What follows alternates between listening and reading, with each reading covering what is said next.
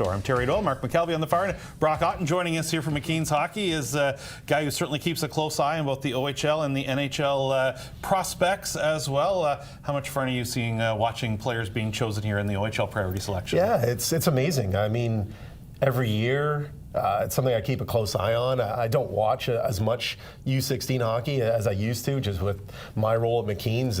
It's more NHL draft focused, but I do know some of the main characters, and I talk to a lot of people, obviously, and this is an exciting event for someone like myself to watch, because this is the future of the players that I'm going to be keeping a close eye on in the next year, the next 2 years. At McKeen's, what was the vibe about this group of players, this 09 group? We went into last night. Caden McGregor ended up being the first overall pick, but there was certainly talk over the course of the last several weeks who would go number one. Yeah, it's kind of been something I've been keeping an eye on all year, and basically what I've heard is there was sort of a group of 6 or 7 guys that could have been the first overall pick, and I know Caden mentioned that last night, right? This was considered to be a very strong group in terms of depth, and it's going to be really interesting to see how these players make an immediate impact at the OHL level, because I think all of the top picks in this draft have a chance to be that immediate impact player. It's very interesting. I talked to an NHL scout recently, and he was talking about one of the players that was chosen high last night, and said, we're going to be watching him in a couple of years. And it's very interesting because he says, he said, I almost hate to say it, with a 2009 born player at 15, 16, he said, we're going to be watching him in a couple of years. Fast forward now, this year's NHL draft, a lot of OHL names certainly has been very interesting to watch their progression throughout the season. Yeah, absolutely. I mean, at the top, you have Matthew Schaefer, and obviously he hasn't played as much as you would have liked, and that's not his fault, obviously. But yeah, it's a great year for the OHL. You've got Matthew Schaefer, you got Michael Misa, you have Porter Martone, you have a group of players that could go essentially 3 of the top 4 picks, and that's, anytime you have that, that's a really good year for your developmental group. Terry talked earlier about a player, he doesn't need any introduction, his name's John Tavares, but he talked about a John Tavares who ended up playing several years in the OHL before he finally could make that jump to the NHL, and there was that nitpicking in his final year because he was so exceptional. You're just trying to find things to poke in his game. I thought with Michael Misa this year, his 3rd year in the league, we didn't run into that necessarily, because I think he just decided, I'm going to really put a stamp on this season and prove exactly what I am. Yeah, I think his progression as a player was outstanding this year. And I think you look at how he had to play and fit into that Saginaw lineup his first 2 years in the league. He was more of a complementary piece because of the depth that team had. And this year it was kind of his show to run. And he took off and ran with it. And we saw him develop so much as a player, both on and off the puck, sliding back to the middle, playing center full time.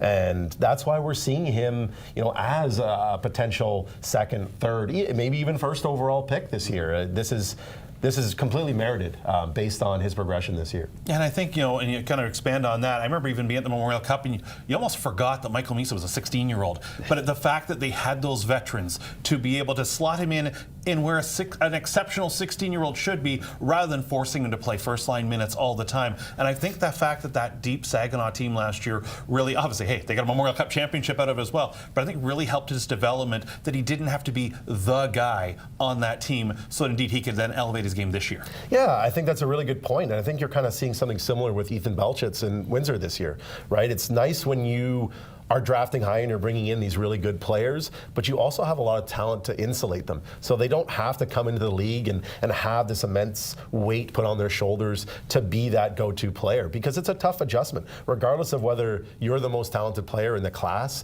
it's still a tough adjustment. And Ben mentioned that earlier when you guys had him on, the mental side of things, right?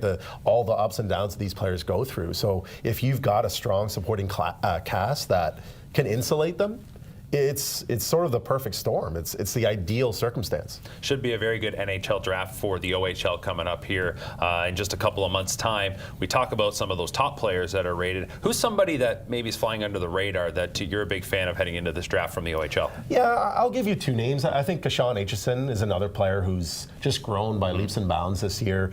We all kind of knew he was that throwback, stay-at-home defensive prospect, but the added layer offensively this year has really improved his draft stock. I wouldn't be shocked if an NHL team, jumps on him inside the lottery this year. This is the kind of player that you win in the playoffs with, and those types of guys always get drafted earlier than expected. And then the other name I'll give you is Jack Nesbitt. Here's a guy that's one of the most improved players in the OHL this year, playing on that strong Windsor team. He has that huge frame, that upside as a two-way pivot, kind of player that all NHL franchises are kind of looking for these days. And he's a guy that could easily be taken inside that top 20, top 15 range.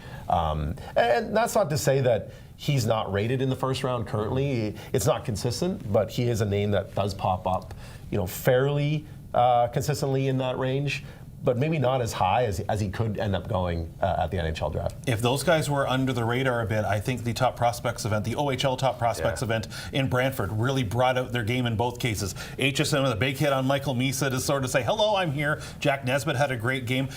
How big was that event to bring together, the top 40 players from the OHL specifically, and especially giving an opportunity to some players who wouldn't normally have maybe made a national prospects game? Yeah, I mean, whenever you're having these types of events, you never know what you're going to get, right? Is it going to be more of an exhibition showcase where the players are kind of going through the motion, nobody wants to get hurt, or is it going to be a highly combative game? And I think that hit on Misa by Aitchison really set the tone, because then the physicality really picked up. We had a few fights, and it ended up being a very intense game. And I think a lot of people, based on the people that I've chatted with at that event, were really impressed with the quality of that game. And it was a great sort of inaugural showcase for the OHL. I think it can really do wonders for a lot of players. And I think that was sort of the beginning of Jake O'Brien's rise up a lot of prospect lists. We're starting to see him ranked pretty consistently in that top 10, top 12 range, and he was the player of the game of that event, and has carried that into a really, really strong season with Brantford. The regular season rolls right through, and now we're into the playoffs, already round number 2. Some of these players still remain in the playoffs. You talk about a Jake O'Brien. How much weight are you putting on what they do in the playoffs here into where you see them ranked going into the draft? It's huge, honestly, because you want to see how players step up with less ice available to them, right? This isn't game 55 where teams are kind of going through the motions. They're on, the third game in a weekend, and you don't know what you're going to get, right?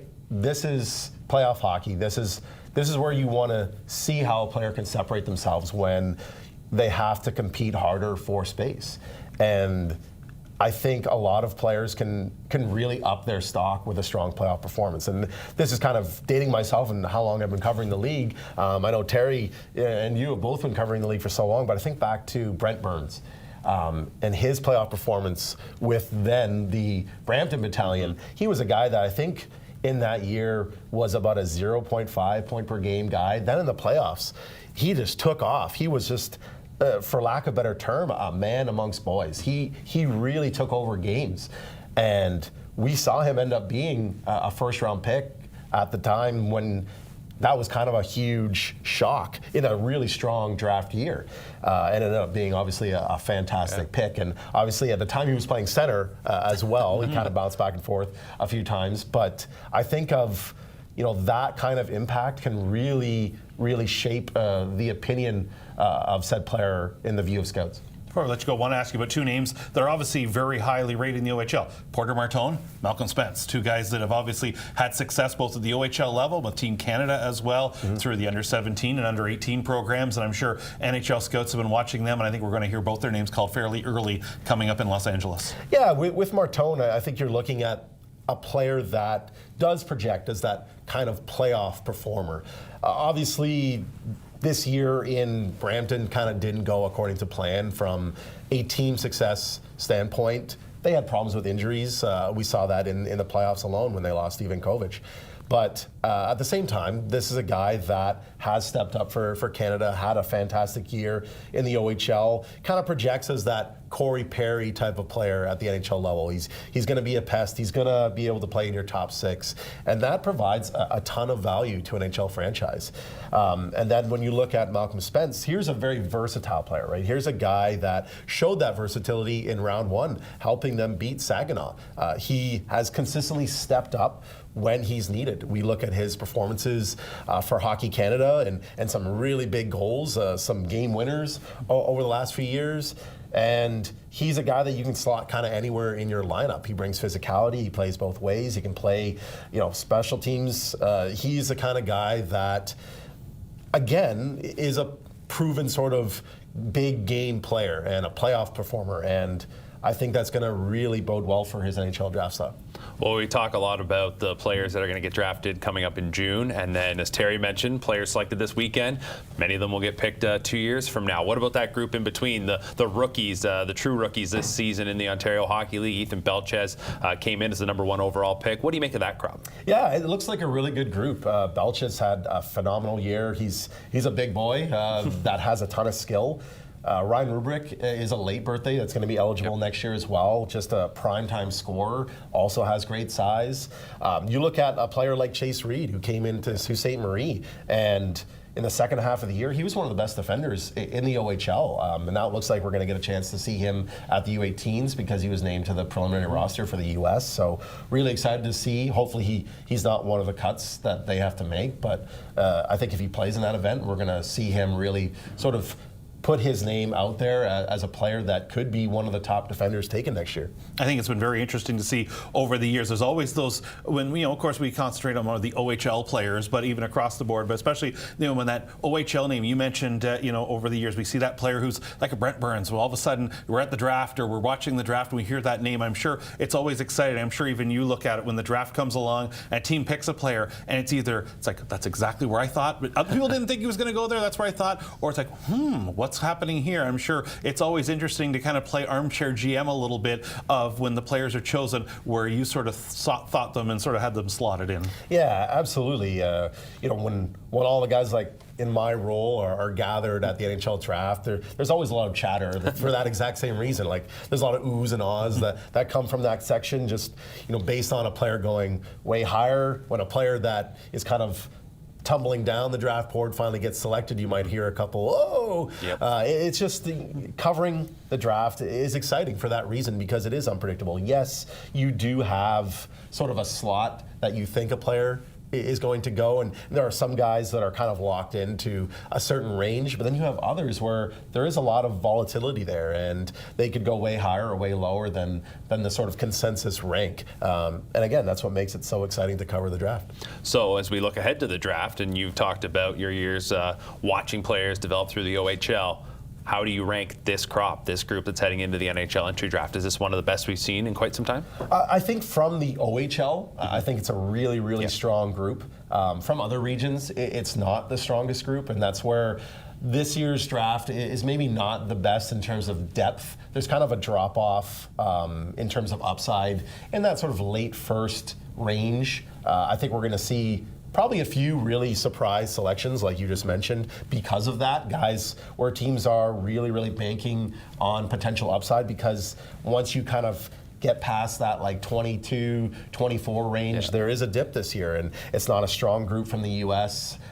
Countries in Europe, like Finland, it's not a strong group, and that's gonna ultimately make the depth not as high end, because in a draft where you do have that really strong depth, and you can say like, this is a draft that's 40 or 50 deep, you have pretty much every region supplying a strong group of prospects. This year, it's a great year for the OHL, and that's exciting for somebody like me based out of this region. How much fun has it been to watch and you mentioned the name earlier, but then we kind of went by him, the rise of Matthew Schaefer in the last calendar year, from obviously the international events, then into the Erie Otters. Obviously, he didn't get a chance to start the World Juniors much, but when he did, when he was on the ice, he certainly started. And just to see his rise over the last calendar year. Yeah, it's really remarkable. I think back to watching him at the OMHAs in his OHL draft year with Halton, and thinking like, this is a really good NHL draft prospect. Sometimes, like you said, you can kind of pick out guys early and you just see the skating ability and the way that he can take over a game, and you're thinking, not only is this guy going to be a really good OHL player, but this is somebody that could end up having like a Cale Makar, Quinn Hughes type impact at the NHL level. And fast forward to now, and it's kind of played out that way, right? And yeah, it's been turbulent based on some things that have happened, but ultimately, this is a player who has progressed incredibly well in the way that you kind of want to see. And I think the most impressive thing about Matthew is he's kind of stepped up to the occasion anytime that it's been called for, right? You think of when he was called into the U18s last year as an underage player. I think by the end of that tournament, he was Canada's best defender as an underage player. And then at the U20s this year for the World Juniors, kind of like, okay, this isn't maybe Canada's best defensive group. Schaefer suddenly becomes the top defensive option before the injury and was playing really incredible hockey. And I think when you look at Matthew, he's also one of the youngest players eligible for the draft this year. So there's still a lot of physical development left for him. And I think that's also really exciting because I don't think he's really scratched the surface of what he's capable of as a player. I love the fact with Matthew, too, that with the fact he's been injured, he was right there with the Western team at the OHL Top Prospects game as almost like a second coach or an extra coach working with the guys. Saw him in the crowd talking to people, just been around. He's called the lineup out, for starting lineup for them. He called the starting lineup for Halton. I just love the fact that he's brought that to, around his game as well as just a person, not just a hockey player. Yeah, I've had the chance to talk with Matthew a few times over the years, and he's one of the most mature young men I think I've ever had the pleasure of chatting with in my years of covering the draft. And I think this is a kid or a young man that's going to be a future NHL captain, not just a really good player. And I think for the reasons like you said, this is somebody that really understands that it's more than just on-ice performance. Well, Brock, we appreciate you jumping in here with us, and great to get your insight. I know you guys have been working hard all season long, and we talk about the group going to the NHL draft, but also this group coming in. It's exciting times in the Ontario Hockey League, and we appreciate the coverage. Yeah, my pleasure. All right, Terry. Brock Otten joining us here from McKeen's Hockey. Stay tuned, more to come. It's the 2025 OHL Priority Selection presented by Real Canadian Superstore.